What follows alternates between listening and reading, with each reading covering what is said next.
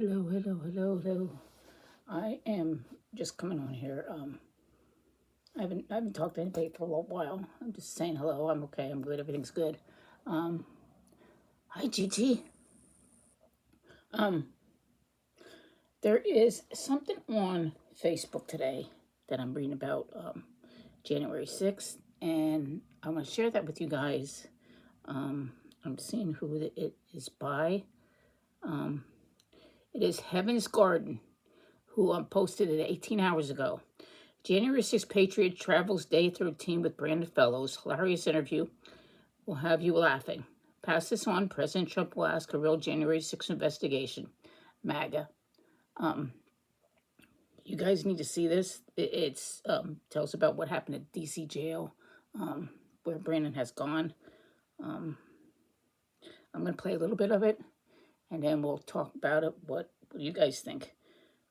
You guys have filed all the vigils at the jail with Mama Mickey, myself, Trooper, Sherry, Nicole, everybody. This is really interesting, and I'll just go from there. Yeah. Okay, we're good. We're good. We're live. We're live. Hi, people. You're live. Okay, It's live. Wait, are we actually live? No, we're live. We're live.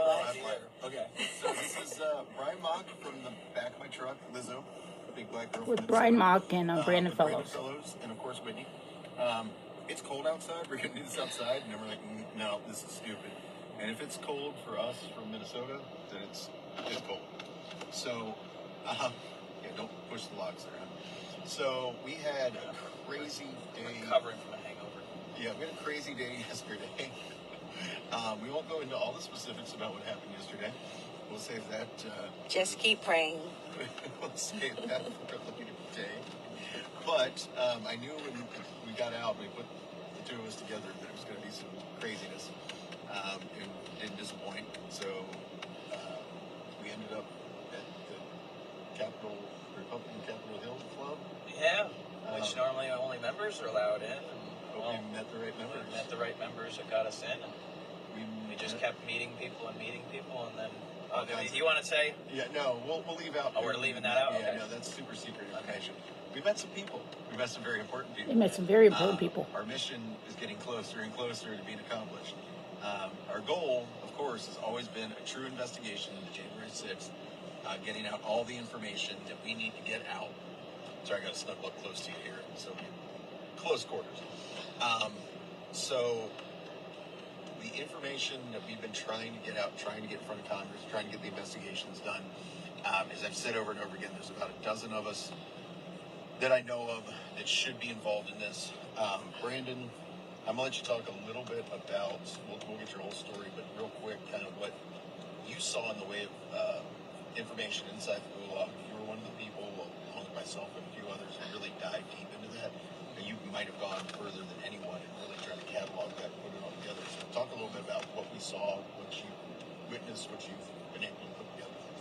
Yeah, well, it was very disorganized when they finally released some of this stuff, and they said, oh, it was by location. You couldn't even look it up by location. No. The time, it was like they labeled all the times September 21st, 2022. Yeah. So the dates and times were all messed up. You couldn't search through that. So really, it was just click and hope to find something. And that's typically how I would search. And then it started getting better. Let me interrupt. Body camera footage. Let me step back real quick.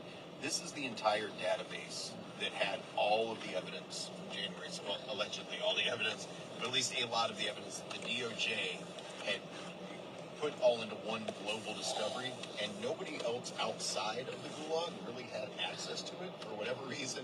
They gave us access to everything. So when I told people when I came out, like, I was seeing stuff that nobody else had seen. You can bear witness to that. Like, we saw stuff that nobody's seen on the outside at this point. So go ahead. And it's slowly coming out now. Johnson, released, I think it's most of it, not all of it. I think highly sensitive designations are not released still. Okay. Although I have seen some highly sensitive ones. Anyhow, so, I would just, try to hunt through things. And if I had seen, for instance, an officer that seemed of interest, or if I had found a video that I wanted to see from different angles, so you have to pause. And sometimes for like 20 minutes, just hit frame by frame. hoping to get a clear enough image of these very small name tags that they wore. So then you could type in their name, and then you could search up that way if their cameras were on. Sometimes they would just turn it off or didn't have it on for the day. Yep. But Is that legal in DC? I don't know. That's a good question. They should have had all their body cams on. Yeah. That would have changed the entire narrative of January 6th if we'd had all the body cams. Capitol Police don't have body cameras. Yeah. But MPD, that's because I was looking for a lot of the interactions that happened inside. See, the Capitol Police never had video cameras. Yeah, I and watched. some I of them were ended even up off. viewing 1% of all Global Discovery, which doesn't sound like a lot, but it's a lot. I was literally, and I didn't just watch it once. I'd hunt for these things, sometimes in slow motion, sometimes frame by frame, trying to like see if I had found any sort of evidence of entrapment or entrapment by estoppel or police misconduct, or as we were talking about just over lunch, if there was any signs of police themselves being confused about whether people were allowed on the grounds or not, which they oftentimes are like, oh, hey, no, they're fine, they can be here. See, so it was never. It was never an insurrection because that's what I was you're always looking allowed at. at the For Capitol at the trial, people's and then house. when they didn't allow it for trial, I was like, all right, well, I was originally going to release 800 videos, little clips, which would be like 800 felonies at the time until Johnson said it's hey, they're allowing it now. But yeah, that's what I was going to do. Yeah.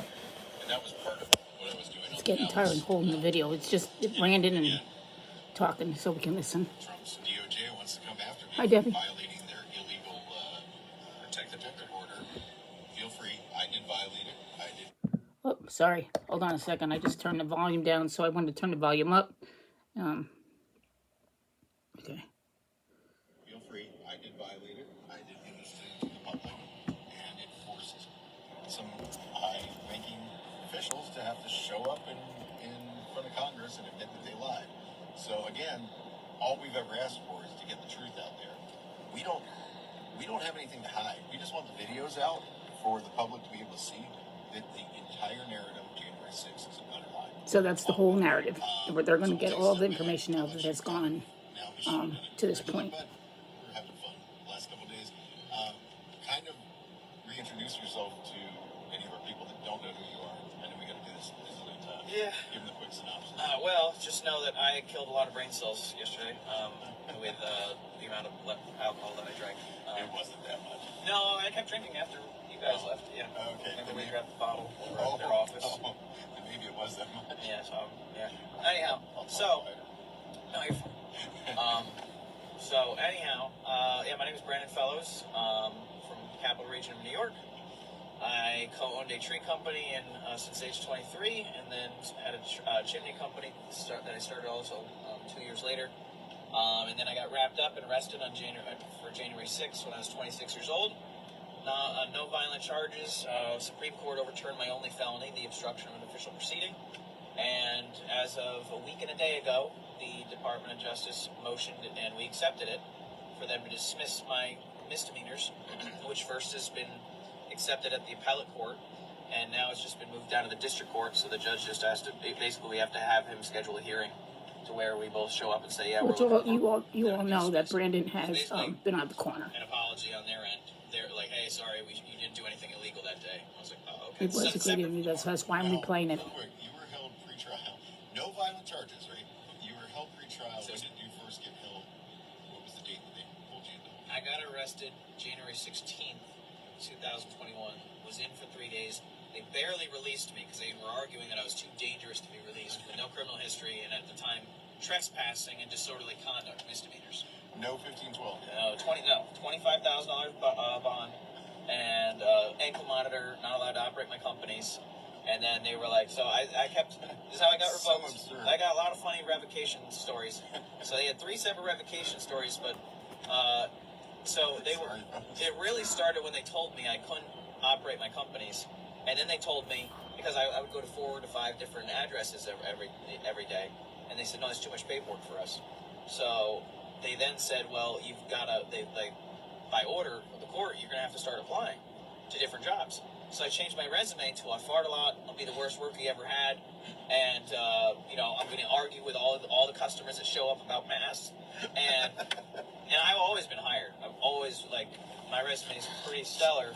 And then I applied to the Capitol Police, the NSA, the FBI, and that was Good what for helped Brandon. get me revoked. So among many other things. So I just was peacefully protesting my conditions of release, and yeah, I Good got morning, revoked Stu. 5 months later.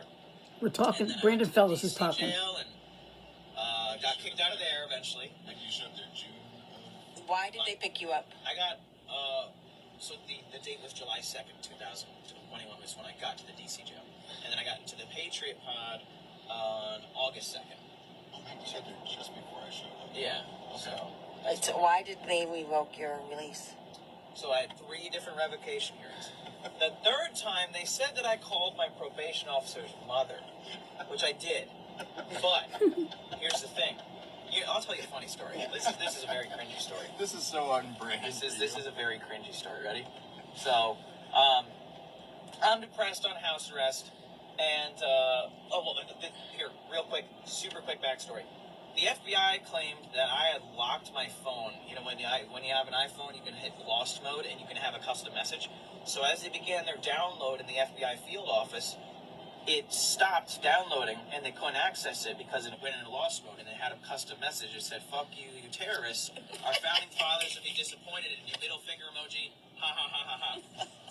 And then, so they tried to claim it was me, but they never had any evidence that it was me because I had shared with them. Other people do have access to my, and they don't like you guys. So, Well, yeah, it it's wasn't coming, me. Debbie. But that's It's not a coming. crime. Well, they said Flooding they the- tried to get me on the- obstruction. Yeah, That's obstruction your. of justice. How's that obstruction of So they justice? attempted to, but there wasn't enough evidence for jail it. cell. But here's the thing. That message is important for the story.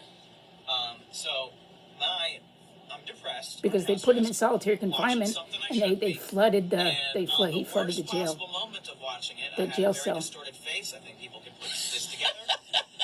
My phone took a picture of me, and I didn't take this picture, and it held this terrible, embarrassing image of me on held this image on my phone, and this message pops up, and it says, "Our founding fathers would be disappointed in you."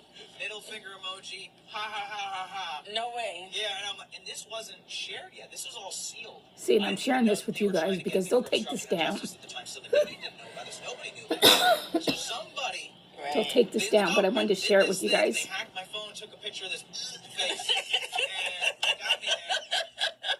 And I couldn't get out of it. I tried lock screen, I just started smashing my phone. So my point of this story is I was having phone issues, and so I had to call my probation officers one time. And it wasn't keeping it. Literally, I could make calls, but it didn't store any contacts. It was saying I had a SIMS issue, so I didn't have her number stored. So I looked her name up, Kendra Rennie, and I called, and then my goodness.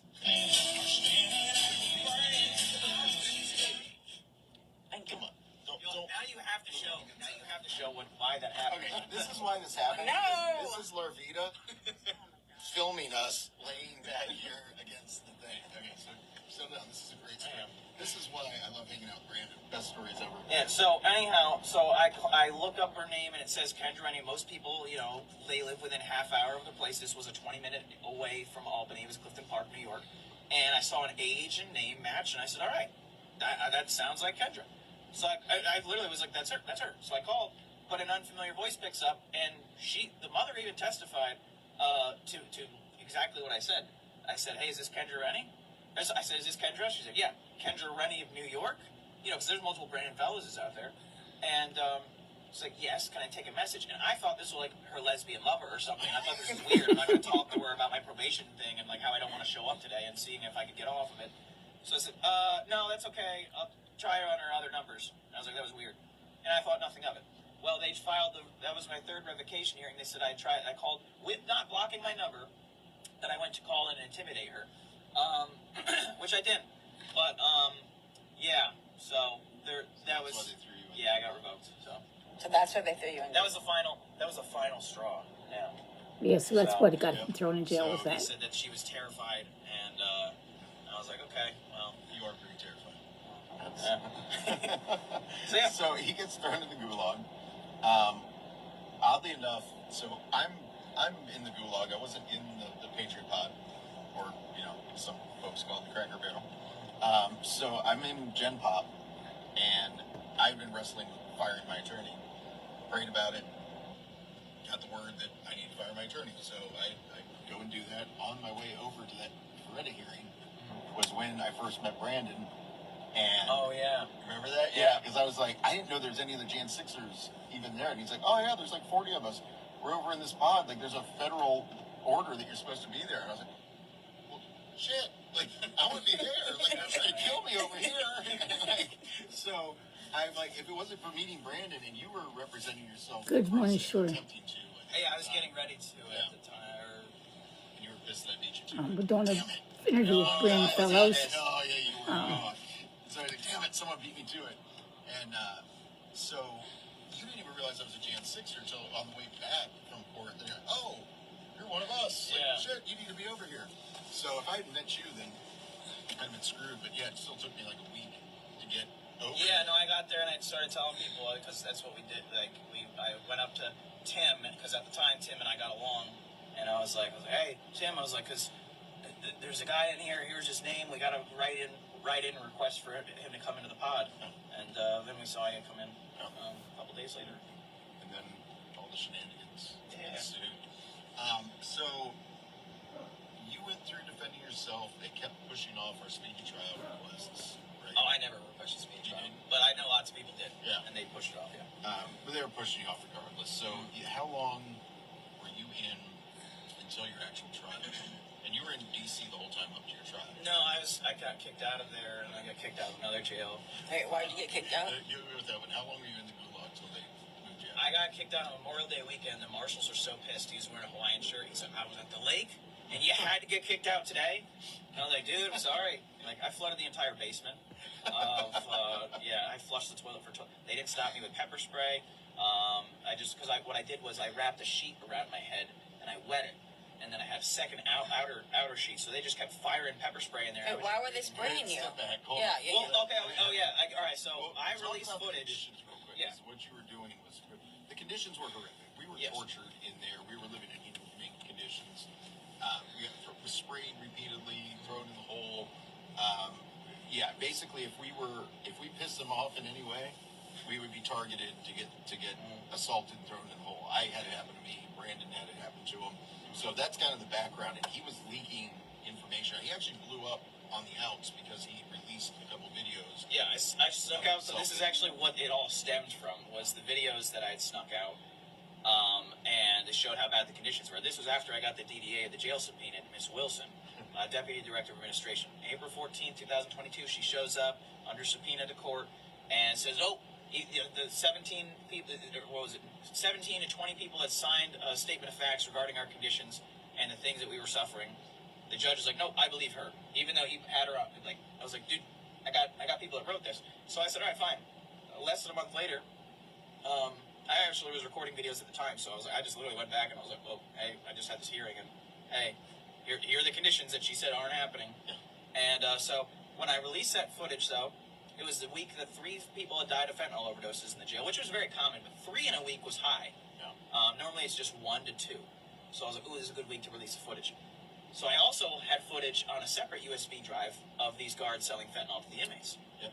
And Yes, the DC jail is corrupt. They sell drugs, cigarettes, phones. All of that is getting supplied Yeah. to the inmates. by the way, I didn't buy a phone. This was on my laptop because I represented myself. They forgot to delete the camera. So everybody's like, you bought a phone. I'm like, no, I didn't have a phone.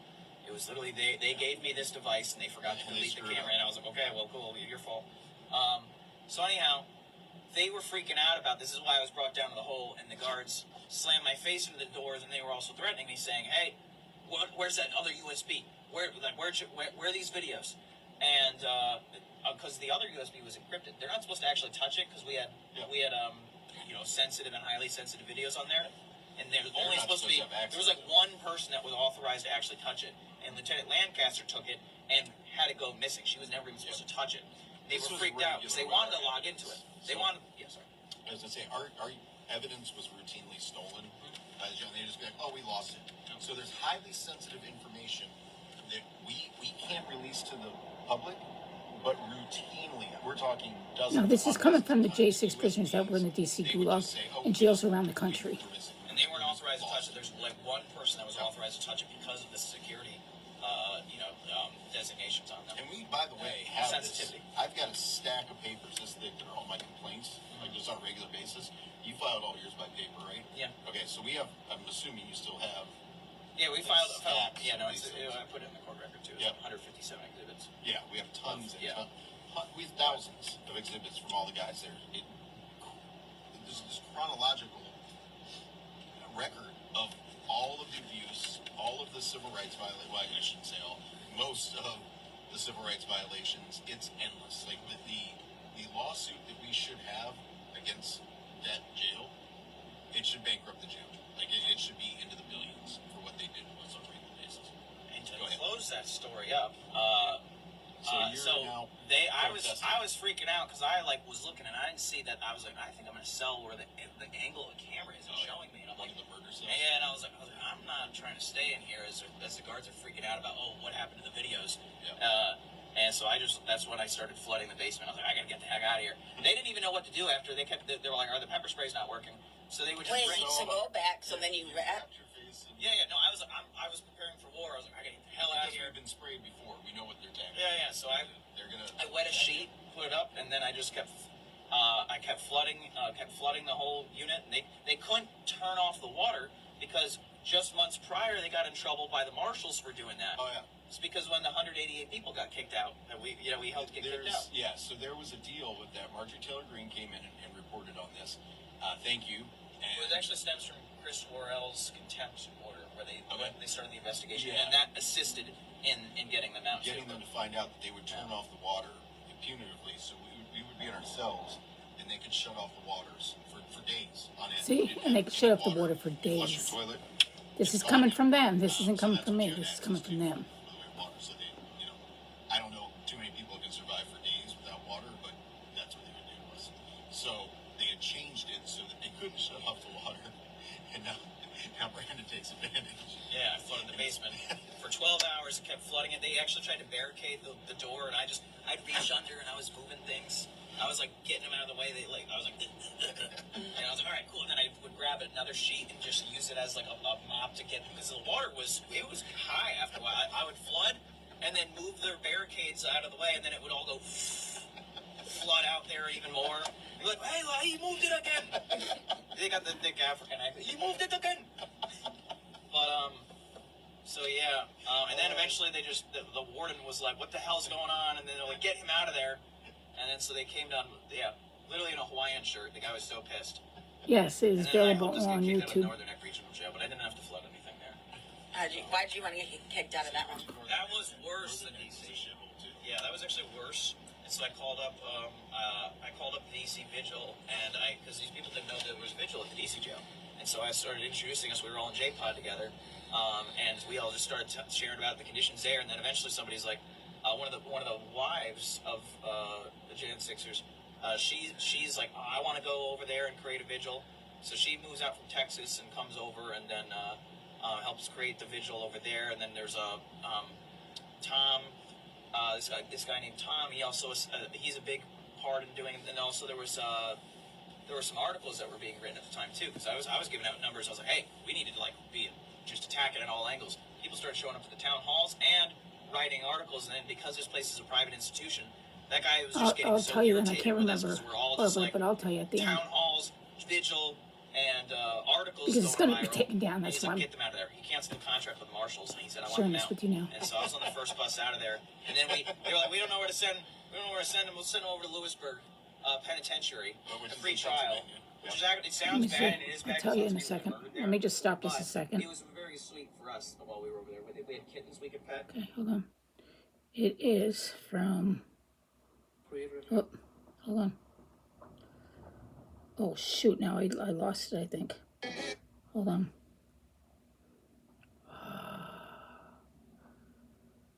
Shoot! Now I think I lost it. I'm Lewis, and I've helped artists create records. Let me see if I can find it quick. Now I lost it because I got out of it. It was a great interview with Brandon Fellows. Let's talk about romance. Okay, let me see.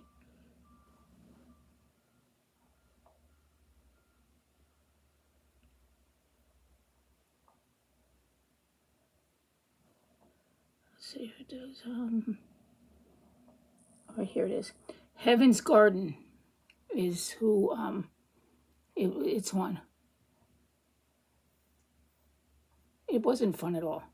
It was horrible. It was okay. So We had kittens we could pet, and weight room every day, even on Christmas and New Year's. So Yeah, because it was worth it. penitentiaries are going to be better than the And the jails, food was generally great. speaking. The food was great over there. It was. They like actually cook. Like they Let's see. have real good cooks over there. So Not bad. okay. Okay. 14th, 2000, 7 months. 2 months. Okay, so that. I know the actual dates, but sorry. What was your total pre-trial time before you? Right, you asked that. August. I think August 30th. Let me was see when if I I had- can No, that's back when I this finished up a minute. trial. No, that's when I finished trial. It was about a week, so probably about August 23rd, 2023. Because you spent.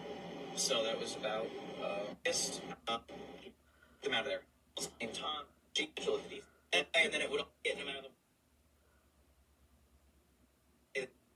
Like, I was like, and I was like, all right, cool. And then I would grab another sheet. Okay, and here we just go. Use it as like a mop This is to where get he's through the flooding out water. It was the high jail after cell that. when I he's would down in flood, the and then hole. move their barricades out of the way, and then it would all go flood out there even more.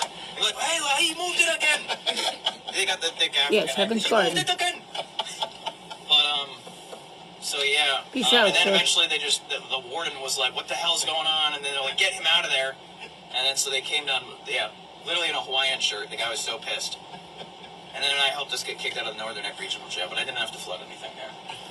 Why'd you want to get kicked out of that one? That was worse than Northern Neck was a DC. shithole, too. Yeah, that was So actually Northern worse. Neck was worse So than I called DC. Up, I called up the DC Vigil, and because these people didn't know there was Vigil at the DC jail.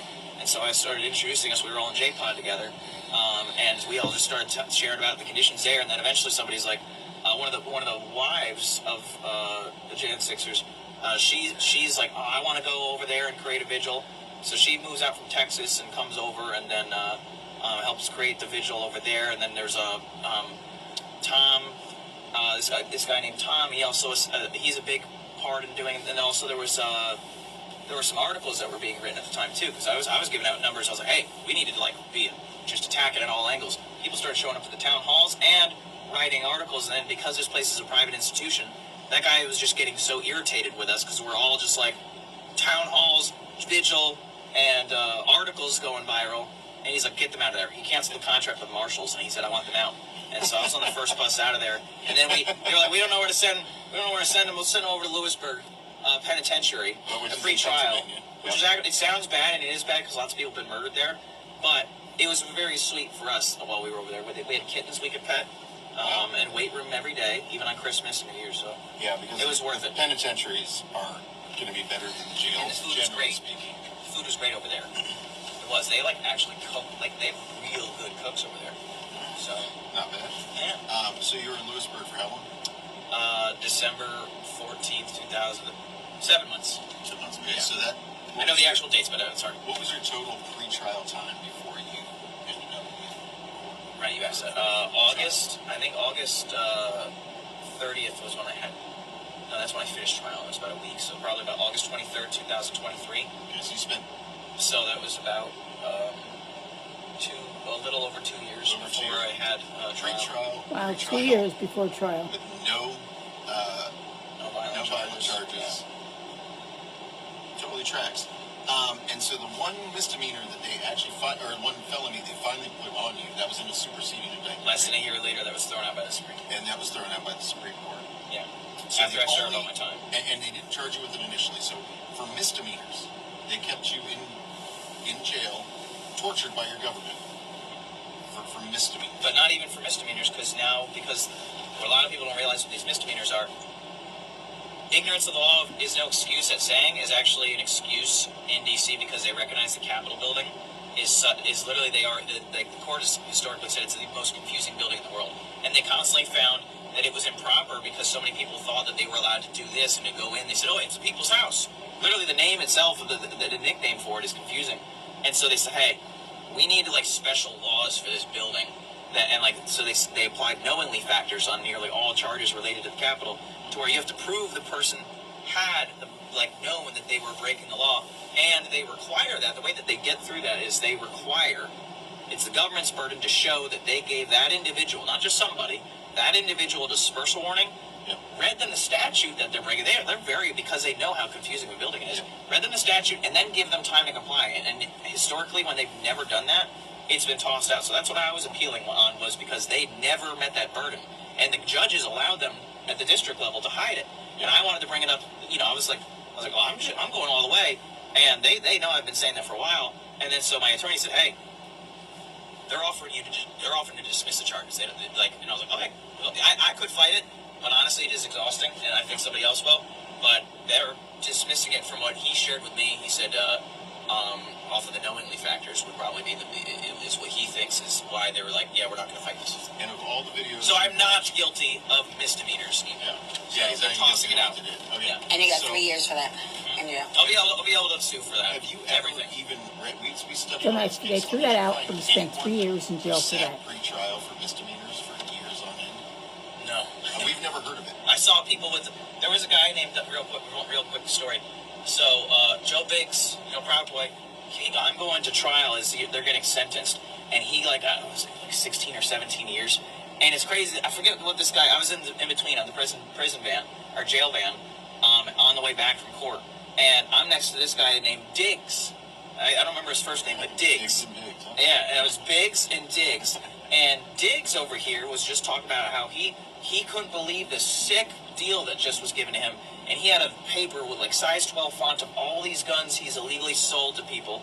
And I just got a year and a half or 2 years or whatever it was. And then and Biggs is like, are you fucking kidding me? He's like, I don't even, he didn't even go in the building. Yeah. He's like, I got 17 years. I didn't even do anything.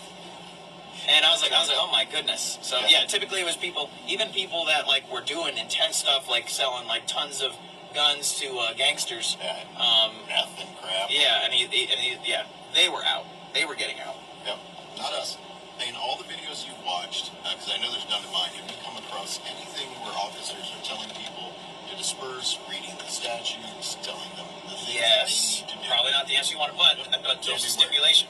So it was around like 151-ish, I think, or 2, and it was a small little speaker that the MPD had. And the MPD, not even Capitol Police, they're dealing with, well, they are used to having to tell people to disperse, and they've even got things, a sound system that could be heard for blocks that they didn't use.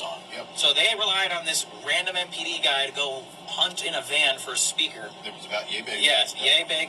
And then they bring it over and they don't even know how to work it for a bit, and then they finally get it working, and then the officers on camera are like, make it louder. They're like, that's as loud as it goes. Like, well, they gotta hear it.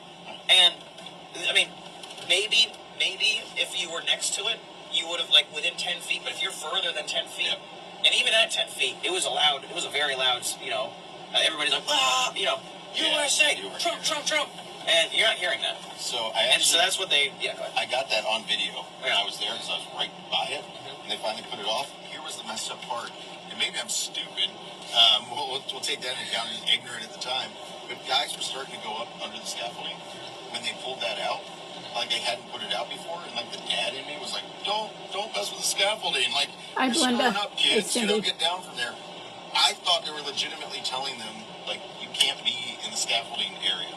Because I was like, all right, they're trying to build the thing for the inauguration, like, don't mess with the construction. That's what was in my brain of it, not that we had to leave the entire Capitol grounds. Because they didn't say the Capitol grounds, they said this area is now off limits. Wait, well, that indicates that it wasn't off limits before, and like, it happened as soon as these guys got up underneath of that. So I'm looking at it going, oh, okay, we can't be up there. Like, guys, stop, get down. And I never went into the scaffolding for that specific reason. I was like, okay, well, we're just not allowed there. So even that dispersal, which was the only one that they played on this little box, when I did hear it, I did video it, that's what I thought they were talking about. So it wasn't even clear, and no officers, not one, told people to disperse in that There you go. process. So not Like, one I saw officer ever videos told them to far as, like, disperse 5 in the o'clock Capitol during the that day day. when people were leaving. The guy asks him, he's like, are we trespassing? Are we supposed to leave? And the officer wouldn't answer anything. So it was completely unclear through the I did see later on too at 6 p.m. They finally, when they pushed the stragglers, there were most people left. Literally, super majority of everybody just left. Oh, 99. And then But like you there's see some everybody stragglers, and some of them were like, oh, I didn't know what time it was. Anyhow, But I had to so share I this. saw them give a dispersal warning right outside of Capitol Grounds around 6 p.m. Yeah, But, after the curfew. Yeah. So, Other than that, no. We could go on. but I never saw it in person though. I never saw or heard that. And they actually objected to this. They were really pissed when I brought this up at trial. I said, out of all the officers that day, and I met hundreds, nobody told me to leave. Lots told me I was like welcomed in.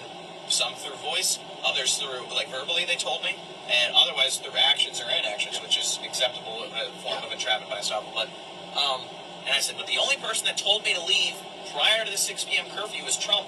And then it jumped, objection, facts not in evidence. I was like, it's his famous video. And he was like, nope, you don't have it here. I'm like, okay, fine. Like I couldn't. The judge allowed the objection. I'm like, okay. Or, why am I blanking? He sustained. No. Yeah, he sustained it. Yep, he sustained it. Why? Because I didn't have the video of the famous video of him telling us like, "Hey, we love you, go home." And I was like, "Well, I mean, I'm in jail, I can't get it, so yeah, I don't have the video." But I mean, do we know what we're talking about? This is his famous video. Yeah. His like last tweet, I think, for years. Then they took it down right away. Yeah, they were like, "Oh, we don't like that. He's telling people to go home." Yeah. Yeah. He's screwing up our narrative. Yeah. All right. How dare you? Because I also was around people. People started shouting. It was around 4:30. I think when it came out, and they're like, "Oh, Trump's saying everybody to go home," and we're like, "Oh, okay." I never heard any of that from where I was. I was on the Lower West area. It was tough because a lot of different parts of the area, your phones are being jammed. Yeah. So like I was like, "Oh, is he?" And then I like looked over. Somebody was showing him saying to leave, and I was like, "Oh, I guess he doesn't want us here." Okay. All right, time to go. Yeah. All right, we could go on for all freaking days. So you eventually got sentenced in summer 23. August 30th. Yeah, they actually took 3 days to find me guilty, and the marshals were like, dude, I don't know, this is crazy that it's taken so long. I've seen people with 7 times the amount of felonies that you've been charged with, and they come back within like an hour, 2, 3 hours. He's like, we're about to start day 3, and so I got all excited because then I come upstairs because they can ask questions, and the marshal shared with me, hey, if they ask questions, that means somebody's in there fighting for you, and which obviously it was. And I literally showed up and I said, it's the best day of my life. I said, yeah, I was inside. Yeah, you could maybe construe that I was maybe acting disorderly, but I was literally just like acting what I saw, officers were allowing. I asked them what we were allowed to do. They said this was allowed, but you might say that it fits disorderly, but the knowingly factor is what I argued for. That was the only thing I argued at a trial. And so really they just had that to debate on. But anyhow, here's the funny thing. So I get all excited, like, ooh, they got a question for me. And I come upstairs and it says one question. We are concerned since the defendant represents himself that he has access to our names and our like where we work and I did/do. And so the judge is like, well, Mr. Fellows, I mean, you do. So are you okay with me telling them yes? I'm like, yeah, let them know. Let them know. Let them know I know where they live. So that was my last tactic and it didn't work. They found me guilty anyway, so I was like, oh well. And then, which is crazy, the one, I have all their information, then they're like, hey, by the way, you gotta come live in D.C. now. Like, are the jurors cool with this? Like, because I know where they live? Like, yeah, that was weird.